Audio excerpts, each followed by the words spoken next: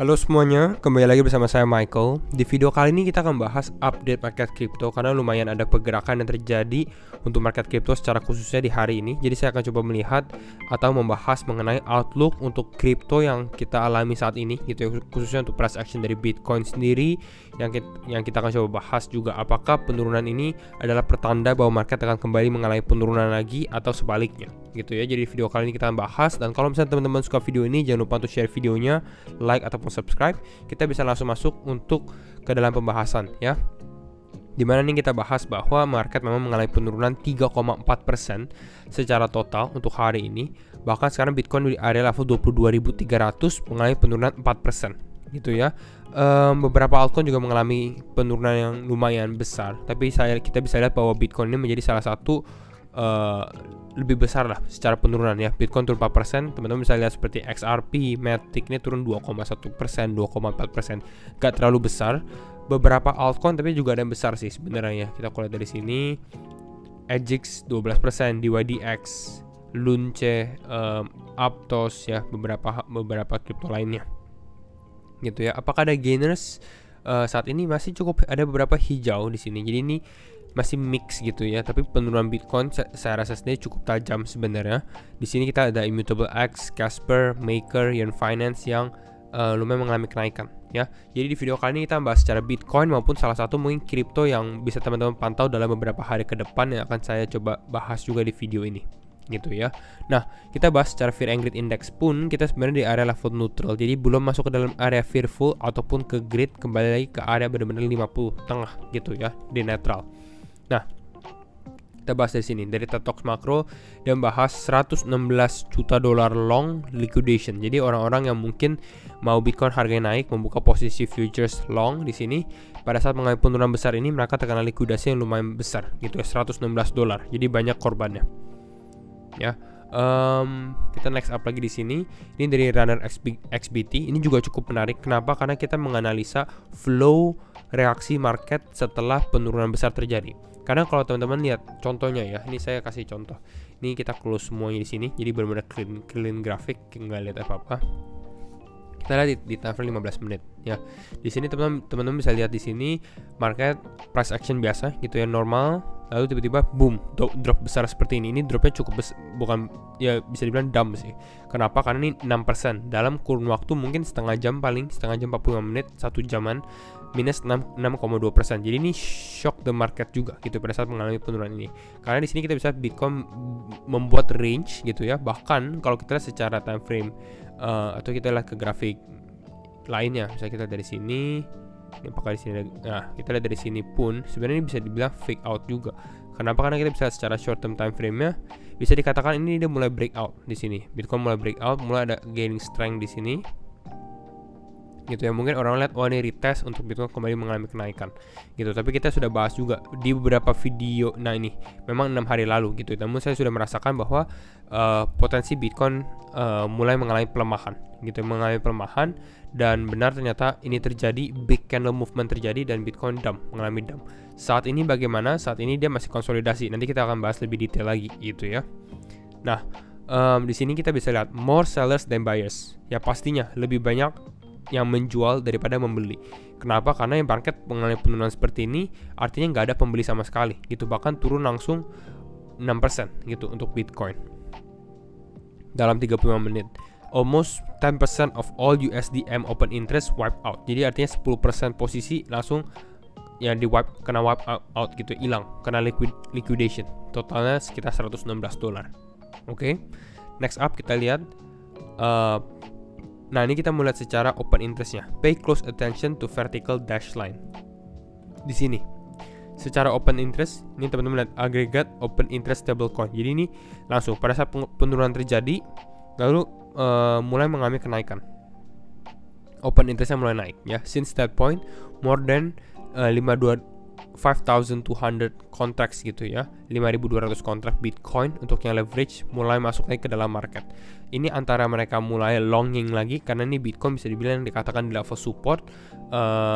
Jadi mereka mulai membuka posisi long, atau mereka mulai membuka posisi short juga karena ini lebih karena untuk open interestnya. Tapi saya rasa ini lebih karena long dulu. Jadi bisa dibilang ini short term bottom ya. Tapi ini sebenarnya jam 12 siang sih ya.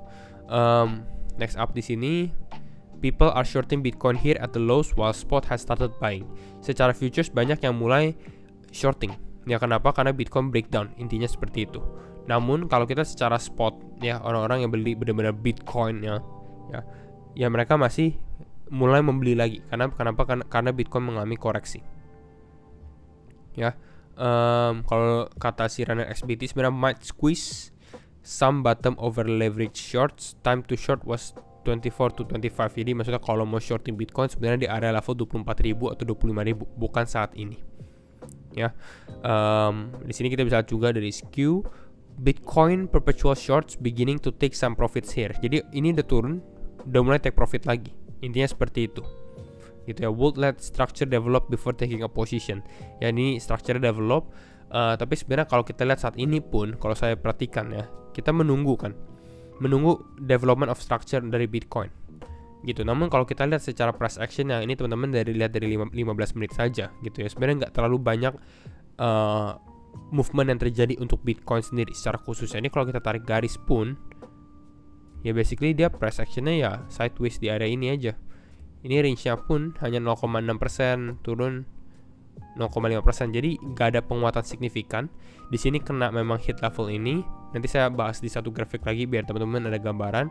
Langsung ada movement up gitu ya. Namun secara dorongan atau push ini nggak terlalu besar gitu ya untuk dia mengalami kenaikan lagi. Ya jadi ini kita bisa lihat. Nah, sekarang kita bahas mengenai salah satu altcoin. Ini biar teman-teman masuk ke radar dulu aja gitu ya, radar teman-teman. Yaitu adalah EOS. EOS ini salah satu kripto yang kita sempat bahas bahwa kripto China ini lumayan menarik. Hong Kong, China.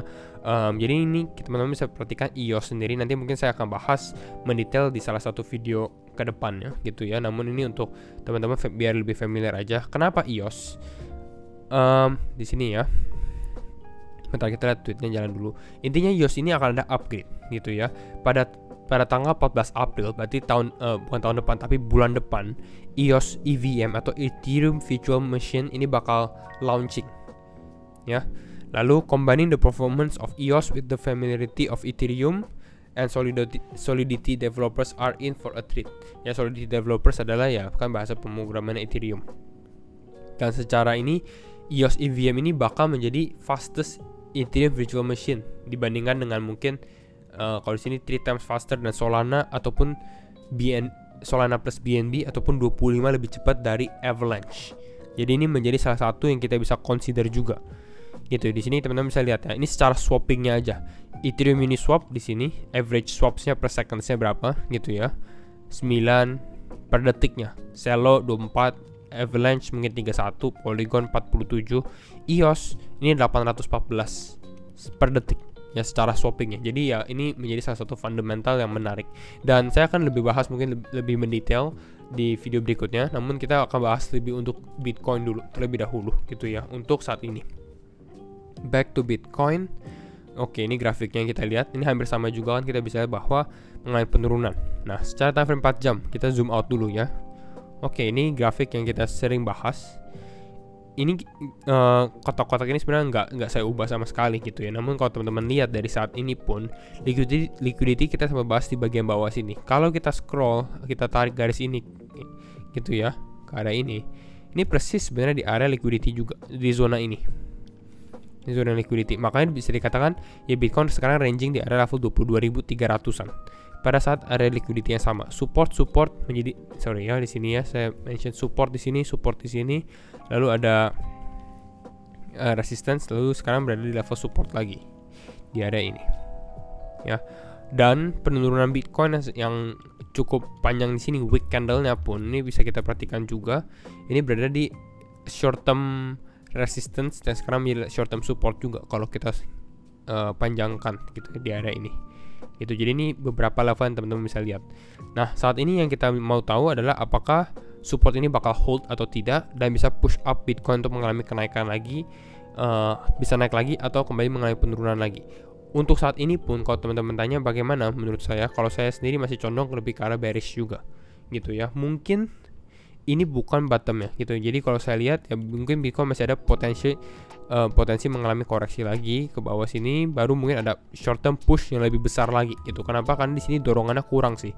Ini udah making beberapa candle 4 jam tapi kurang ada push. Jadi yang kita lihat mungkin dia akan ada sedikit push up level saat ini, lalu ada another final dump baru mengalami kenaikan. Gitu ya. Kembali lagi, tapi ini disclaimer on and do your own research karena setiap keputusan tetap di tangan teman-teman. Saya ada satu grafik lagi. Nah ini satu grafik juga yang saya sempat buatkan juga. Kalau kita lihat secara time frame 4 jam sendiri pun, ini dari top Bitcoin ya lah, area level 25.200 ya Bitcoin di area ini. Ini teman-teman bisa lihat kita seperti membuat descending channel di sini.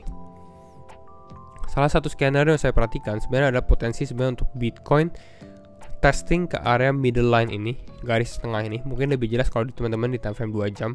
Ini kita bisa lihat di sini Bitcoin di garis tengah ini ya, konsolidasi levelnya di area ini.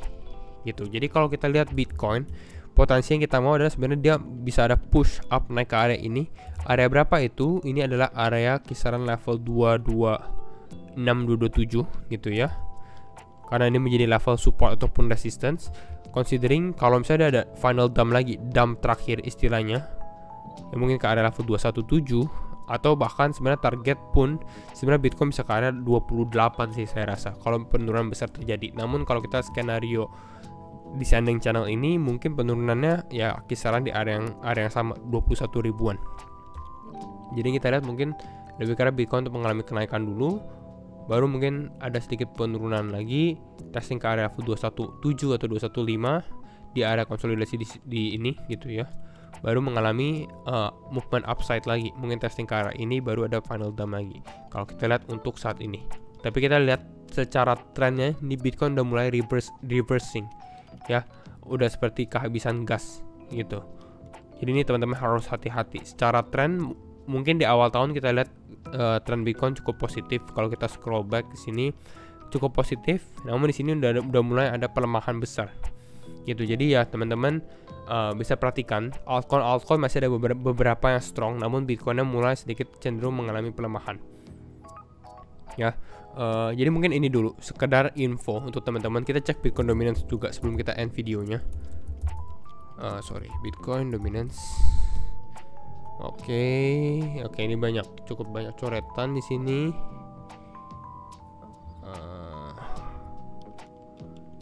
Dilihat dulu. Oke, kalau kita Bitcoin dominance secara time frame 1 jam, 1 hari mungkin ya, kita lihat. Mana ya 1 hari? Sebenarnya masih konsolidasi, namun kita bisa lihat di sini Bitcoin dominance-nya mulai sedikit mengalami penurunan, cenderung mengalami pelemahan.